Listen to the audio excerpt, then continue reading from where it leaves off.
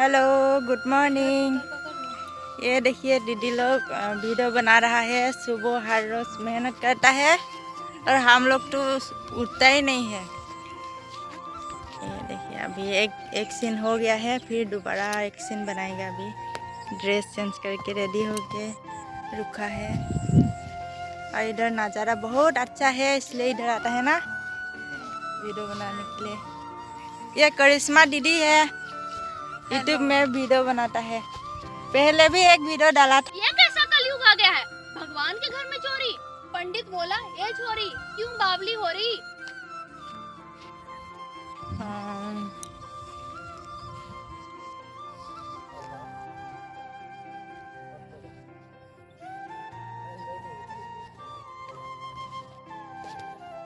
ऐसा ऐसा क्या नया देख लिया तूने इस देश में? यहाँ चोर छुपे हैं हर एक वेश में।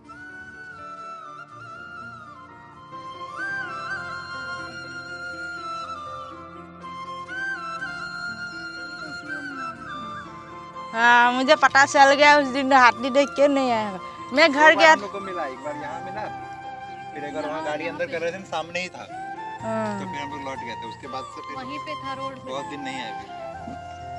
मैं 1 महीना गया ना घर में, 1 महीना भी था।